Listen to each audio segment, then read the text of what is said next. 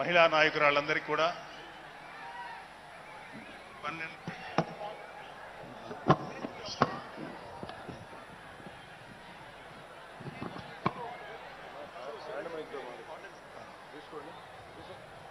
12వ జనసేన ఆవిర్భావ దినోత్సవ శుభాకాంక్షలు తెలియజేస్తున్నాను. అంటే కొంచెం 2 minutes ఎక్స్ట్రా ఉంటుంది తాతారావు గారు, కొంచెం నన్ను అలౌ చేయండి. 2 నిమిషాలంటే కొంచెం కష్టం. సో కొన్ని సందర్భాల్లో మాట్లాడటం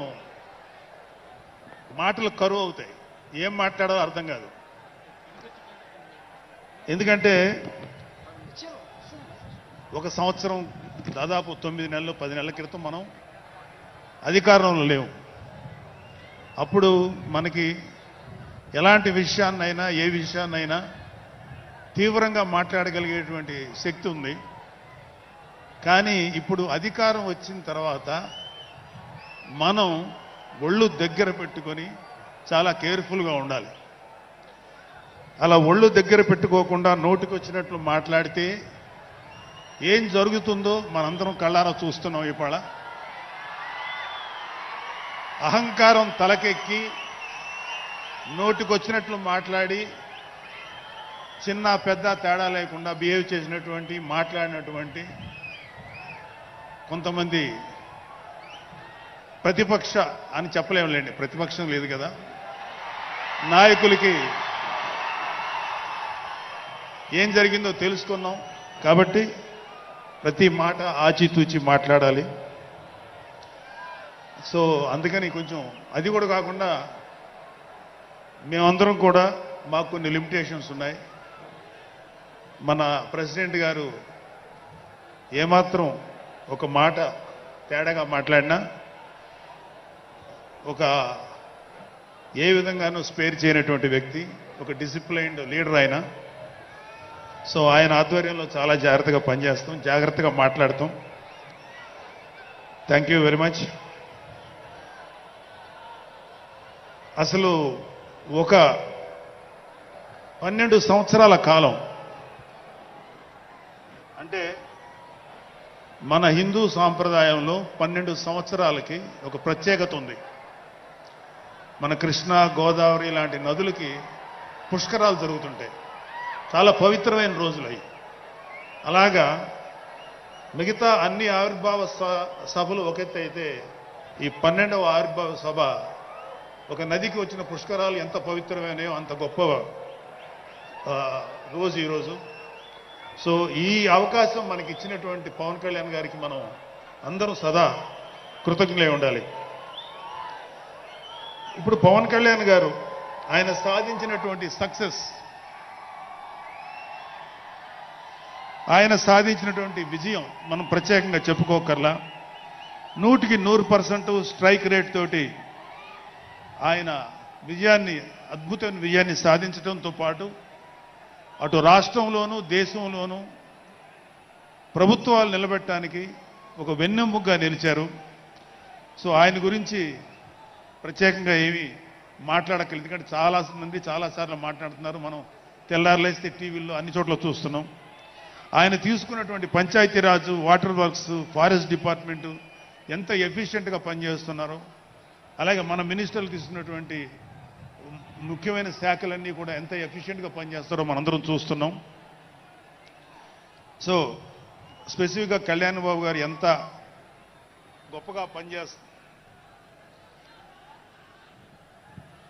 గొప్పగా పనిచేస్తారని మనమేమి ప్రత్యేకంగా మాట్లాడుకోకర్లేదు.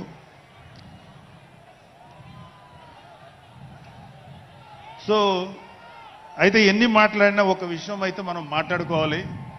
ఒక సినిమా స్క్రిప్ట్ కానీ ఒక ఉపన్యాసం కానీ దానికి కొన్ని లక్షణాలు ఉంటాయి. అంటే ప్రతి స్పీచ్లోనూ ఒక హీరో, అంటే ఒక సినిమాకి చెప్పిన ఒక హీరో, ఒక విలను, ఒక హీరోయిన్, ఒక హాస్యగాడు, ఇలా ఉంటారు. సో మనం వైసీపీ హాస్యగాళ్ళ గురించి చెప్పుకోకుండా ఈ స్పీచ్ని ఎండ్ చేయలేం. ఎందుకంటే జగన్ లాంటి హాస్యనటుడు కనే కళల గురించి మీకు చెప్పాలి. ఆయన ఎలక్షన్స్ అయిపోక ముందు నిద్రలోకి వెళ్ళారు. ఇప్పటికి నిద్ర లేవాలి. అప్పుడప్పుడు నిద్రలో లేచి కలవరిస్తుంటారు. మొన్న కూడా ఒక మాట చూశారు. కళ్ళు మూసి తెరిచేలోగా 9 నెలలు అయిపోయినాయి, ఇంకెంత, ఇంకాసారి కళ్ళు మూసి తెరిచేలోపుగా 5 ఏళ్ళు అయిపోతాయి, ఆ తర్వాత అధికారం మాదే అని ఆయన మాట్లాడుతుంటే అంతకన్నా ఏ హాస్యగాడు కూడా అంత అద్భుతంగా చేయలేడు. అంత అద్భుతంగా హాస్యం చూపిస్తున్నారు ఆయన. కానీ ఆయనకి నా సలహా ఏంటంటే, సార్ మీరు నిద్రలోనే ఉండండి, అప్పుడప్పుడు కలవరించండి, తప్పులేదు. ఇంకొక 20-30 ఏళ్ల తర్వాత మీరు కల్లో నుంచి బయటికి రండి, అప్పుడు దాకా మిమ్మల్ని ఎవరు డిస్టర్బ్ చేయరు. ఇది నాకు మనస్ఫూర్తిగా నేను మీకు ఇచ్చే సలహా. మీరు 20 ఏళ్ల తర్వాత మేలుకోండి, ఆ తర్వాత మీ ఇష్టం. మేమైతే 20 ఏళ్ల దాకా మిమ్మల్ని హ్యాపీగా పడుకోమనే సలహా ఇస్తున్నాం.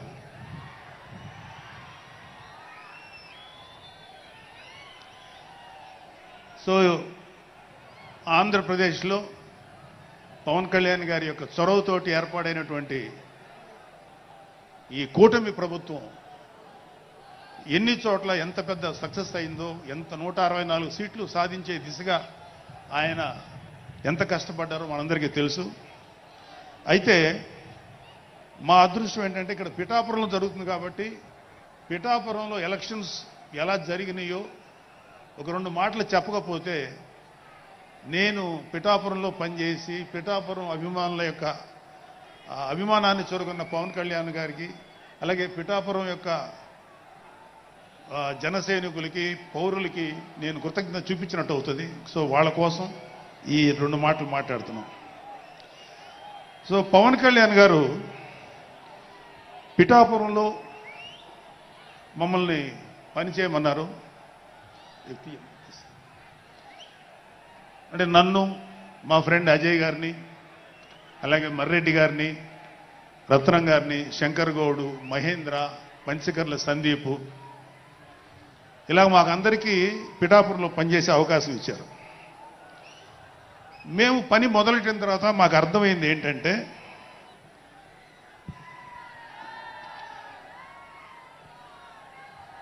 పవన్ కళ్యాణ్ గారికి ఆల్రెడీ ఇక్కడ విజయం ఖరారైంది. మనం ఓన్లీ పని చేస్తున్నట్టుగా ఉండడమే తప్ప మనం కొత్తగా చేయాల్సిన పని ఏమీ లేదు అని చెప్పి నాకు అర్థమైంది. నాకే కాదు మా అందరికీ అర్థమైంది. సో మేము దీన్ని ఎంత గొప్ప అదృష్టంగా తీసుకుంటున్నామంటే, పవన్ కళ్యాణ్ గారు మీరు పని చేసేసేటువంటి మేము ఇక్కడ ఏదో పని చేసాం అనే తృప్తి మాకు ఇవ్వటం కోసం ఆయన ఈ మమ్మల్ని అపాయింట్ చేశారు తప్ప ఆయన గెలుస్తారన్నది, ఆయన అఖండ విజయం సాధిస్తారని ఆయనకు ముందే తెలుసు. కానీ ఆ సాటిస్ఫాక్షన్ మాకు ఇవ్వటం కోసం మాకు ఈ అవకాశం ఇచ్చారు. అయితే అది మా అదృష్టంగానే ఫీల్ అవుతున్నాం. చంద్రుడికో నూలు పోగులాగా ఆయన పడిన కష్టానికి ఒక చిన్న పని చేసామనే తృప్తి అయితే మాత్రం మాకు నిజంగానే ఉంది. అయితే ఇక్కడ పిఠాపురంలో పవన్ కళ్యాణ్ గారు అఖండ విజయం సాధించడానికి 2 ఫ్యాక్టర్స్, 2 ఇంపార్టెంట్ ఫ్యాక్టర్స్. ఒకటి మన ప్రెసిడెంట్ జనసేనాని పవన్ కళ్యాణ్ గారు అయితే, రెండో ఫ్యాక్టర్, నాట్ వ్యక్తి, ఫ్యాక్టర్ పిఠాపురం జన సైనికులు, పిఠాపురం పౌరులు, పిఠాపురం ఓటర్స్. వీళ్ళిద్దరూ లేకపోతే మేము ఏమి చేసినా ఏం ఉపయోగం లేదు. సో మాలో ఎవరైనా ఇంకెవరైనా సరే పవన్ కళ్యాణ్ గారి విజయానికి నేనే దోహదపడ్డాను అని ఎవరన్నా అనుకుంటే అది వారి కర్మ, అంతకంటే ఏం చేయలేం.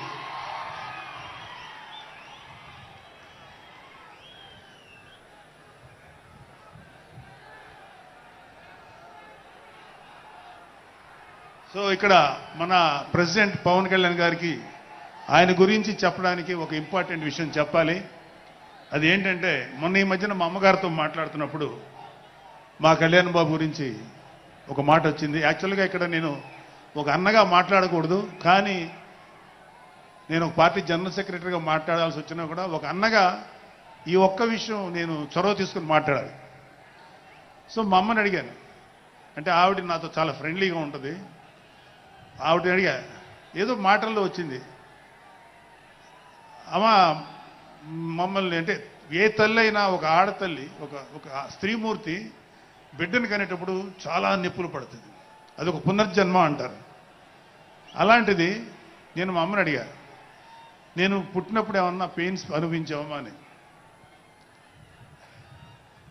మా అమ్మ అంది, నువ్వు పుట్టినప్పుడు నేను అనుభవించినది పెయిన్స్ భూమి మీద ఆడది అనుభవించలేదు, అంత కష్టం పెట్టేవాడు. అది మా అమ్మ చెప్పింది నా గురించి. సరే కళ్యాణ్ బాబు ఎలాగా అన్న. గొప్ప విషయం అంటే నేను షాక్ అయ్యా. వాడు పుట్టినప్పుడు నాకు పెయిన్ అనేది కొంచెం కూడా తెలియలేదురా, అలాగా నాకు పెయిన్ లేకుండా పెయిన్ ఇవ్వకుండా పుట్టాడు. ఈ విషయం నేను కొంచెం షాక్ అయ్యా. అదేంటమ్మా కనీసం పెయిన్స్ ఉంటాయి కదా, ఏమోరా నాకు ఏమాత్రం పెయిన్ తెలియకుండా పుట్టాడని. సో నేను ఏమంటానంటే, పుట్టేటప్పుడు కన్న తల్లికి కూడా ఏమాత్రం నొప్పి బాధ ఇవ్వకుండా పుట్టిన పవన్ కళ్యాణ్ లాంటోడు, అలాంటి నాయకుడు ఈ కూటమి భాగస్వామ్యంలో ఉప ముఖ్యమంత్రిగా ఉన్న నాయకుడు ప్రజలకి ఎందుకు బాధలు రానిస్తాడు? వాళ్ళకి ఏ బాధలు కష్టాలు రాకుండా గుండెల్లో పెట్టుకొని చూసుకుంటాడు. అది మనం కళ్ళారా ఈరోజు చూస్తున్నాం. ఇప్పుడు మనం చూస్తున్నది ఆవగింజలో అరవంతు మాత్రమే. కూటమి భాగస్వామ్యంలో పవన్ కళ్యాణ్ గారి భాగస్వామ్యంలో జరుగుతున్న కూటమి ప్రభుత్వం పరిపాలన ఆవగింజలు అరశాతమే. ఇంకా చాలా ఉంది. ఇప్పుడు చూస్తుంది just tip of the iceberg. అద్భుతమైన పరిపాలన మనకు రాబోతుంది. రాబోయే 20 ఏళ్లలో ఆంధ్రప్రదేశ్ ఒక స్వర్ణయుగం చూడబోతుంది. ఎందుకంటే ఎప్పుడో స్వాతంత్రం రోజుల్లో కొంతమంది మహానుభావులు పుట్టారు. అలాంటి వ్యక్తి ఈరోజు పుట్టడం, ఈరోజు మన ముందు ఉండటం మన అదృష్టం.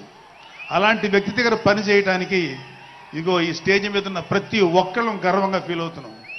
మాకు పదవులు వచ్చినా రాకపోయినా ఆయనకి సేవ చేస్తాం. నేనేమంటానంటే, మీరందరూ తెలుసుకోవాల్సింది, మీరు పవన్ కళ్యాణ్ అంత గొప్పవాడు కండి, తప్పులేదు. రాకపోతే అంతగా అవ్వలేకపోతే ఒక గొప్పవాడికి అనుచరుడిగా మారండి, ఏదైనా మంచిదే.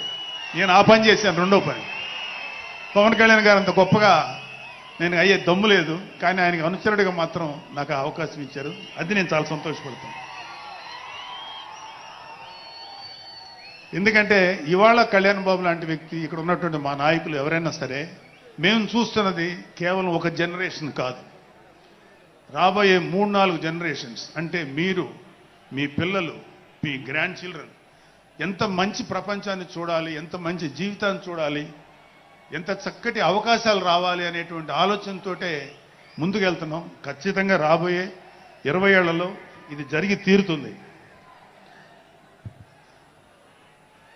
పవన్ కళ్యాణ్ గారు ఒక జనరేషన్ కోసం కాదు, రాబోయే 2-3 జనరేషన్ల కోసం కూడా ఆలోచించగలిగేటువంటి గొప్ప నాయకుడు. ఇంకొక చిన్న విషయం ఏంటంటే, నాకు ఎమ్మెల్సీగా అవకాశం ఇచ్చినటువంటి మన ప్రెసిడెంట్ పవన్ కళ్యాణ్ గారికి నా హృదయపూర్వక కృతజ్ఞతలు. అలాగే నేను ఎమ్మెల్సీ